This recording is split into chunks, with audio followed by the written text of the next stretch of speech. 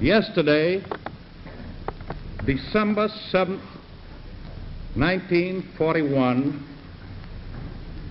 a date which will live in infamy, the United States of America was suddenly and deliberately attacked by naval and air forces of the Empire of Japan.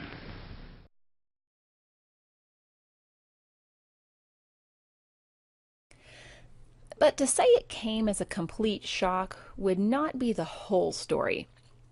The United States and Japan had been at odds for decades. First of all, just after the turn of the century, both nations were competing for political and economic influence throughout the Pacific. Then, after World War I, Japan laid claim to former German colonies in the East, expanding the Japanese Empire and emerging as a serious rival to America's position in Asia. In 1922, the world's 9 largest naval powers, including Japan and the United States, signed a series of treaties limiting warship capacity, agreeing to consult each other in any disputes over China, and respecting the territorial integrity of that nation. But certain classes of ships weren't restricted by the 9-power treaty, leading to an arms race until the loopholes were closed. Then, in 1931, Japan blatantly violated these agreements by invading Manchuria and other parts of China. With the 9-power treaty now broken, America increased its naval power in the Pacific, and several nations began funneling aid to China through their colonies in Asia. Continued Japanese aggression for the next decade, including the invasion of China in 1937, their alliance with the Axis powers of World War II, and the invasion of French Indochina, resulted in escalating American involvement without a declaration of war. Concerned American pilots formed an independent air force called the Flying Tigers and worked with the Chinese government to prepare defenses over that nation's airspace. The U.S. government also joined its allies in seizing Japanese assets and placed embargoes on steel, oil, and other raw materials needed for war production. Running short on supplies, Japan had 2 choices: submit to foreign demands by abandoning the invasion of China, or seize the resources it needed by attacking even more territory. Japan chose the latter. With the European powers already embroiled in World War II, it looked like the only thing standing in Japan's way of controlling the entire Pacific Rim was the United States. The Empire of Japan devised an elaborate plan to simultaneously attack Allied territories throughout the Pacific, including Hawaii, the Philippines, Wake Island, Guam, Malaya, Thailand, Hong Kong, and Midway. In one sweep, they could secure desperately needed resources, discourage foreign interference, and cripple America's increasing military strength in the Pacific. To Pearl Harbor alone, Japan sent 30 ships, including 6 aircraft carriers. There was a separate force of submarines tasked with sinking any American ships that might escape the harbor. The top-secret Japanese fleet set sail on November 26, 1941, and by avoiding shipping lanes, moved into position without being spotted. Although the Allies had not yet broken the Japanese naval encryption code, there were suggestions of an impending attack. Beginning as early as January 1941, and periodically throughout the year, Washington sent warnings to fleet and field commanders in Hawaii, the Philippines, Alaska, and the Panama Canal Zone. But many American decision-makers believed that Japan did not have the military capacity to pull off a major strike. The day after the Japanese fleet embarked, a message went out to all Pacific stations reading, quote, "Consider this dispatch a war warning." Now, many expected an attack on the Philippines to be most likely.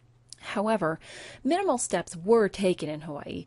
Most importantly, the aircraft carriers were all sent out, and in a fatal miscalculation, the Army commander lined up his planes as a protection against sabotage. In order to achieve complete surprise, Japan violated international law and diplomatic protocol by attacking without first sending an ultimatum.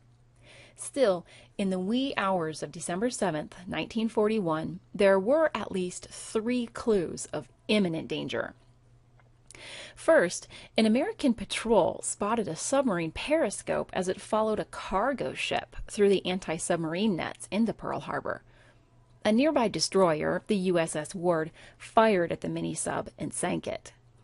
Second, a radar operator noticed the incoming Japanese Air Force, but officers were expecting planes from California that morning and dismissed the sighting.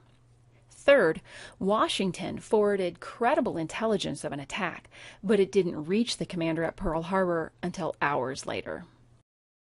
Shortly before 8 o'clock in the morning, on December 7, 1941, 181 Japanese planes arrived over the island of Oahu, targeting the military airfields first, before the U.S. planes could get off the ground to defend the harbor. Hundreds of aircraft, lined up in a row like sitting ducks, were damaged or destroyed. Next, the Japanese unleashed their fury against Battleship Row, hitting all 7 ships at anchor there. As the first wave of planes departed, the leader of the Japanese strike force sent back the prearranged message, "Tora, Tora, Tora," to the carriers, meaning the element of surprise had been achieved. After a brief lull in the attack, 170 more Japanese planes arrived in a second wave, targeting another battleship and 3 destroyers in dry dock, and inflicting further damage on the battered fleet in the harbor. Before 10 o'clock in the morning, 3 out of 8 battleships were lost. The bomb that pierced the USS Arizona ignited the ship's ammunition, causing an explosion that killed nearly 1,200 men. A total of 12 ships were sunk or beached, and 9 more were damaged, including 3 cruisers and 4 destroyers. 347 aircraft were hit. A total of 2,403 Americans were killed, including 68 civilians in Honolulu, and another 1,178 wounded.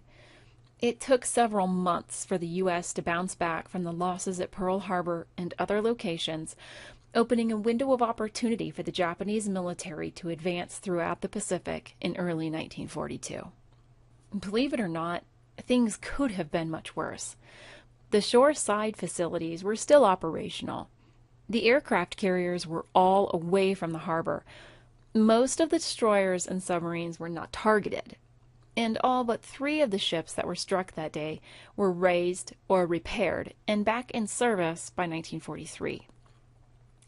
The Japanese attack on the U.S. naval base at Pearl Harbor, Hawaii was the last straw. President Franklin Delano Roosevelt addressed a joint session of Congress, broadcast live to the entire nation via radio, asking them to declare war on December 8, 1941. There was only one dissenter, Montana pacifist Jeannette Rankin, and at 4 o'clock that afternoon, the United States of America was at war. Let's review. On December 7, 1941, the Empire of Japan attacked the U.S. naval base at Pearl Harbor, Hawaii, after decades of rising tension. At first, Japan was merely a rival to the U.S. for influence, but in the 1930s, they violated international treaties by invading Manchuria. International response, including an oil embargo, forced Japan to either abandon its quest for empire or seize the resources it needed by expanding into other territories. They planned a simultaneous strike at several Allied positions, especially targeting Pearl Harbor. Despite several warning signs, America was caught off guard and suffered severe losses, including 3 of 8 battleships, hundreds of planes, and thousands of lives. And though the United States declared war the next day, Japan had nearly free reign over the Pacific for several months.